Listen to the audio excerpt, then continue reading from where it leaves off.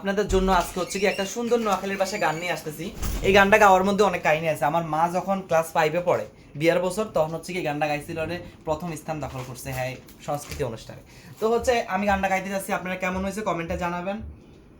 খুবই দুঃখের গান, দুঃখ সহকারে নেবেন।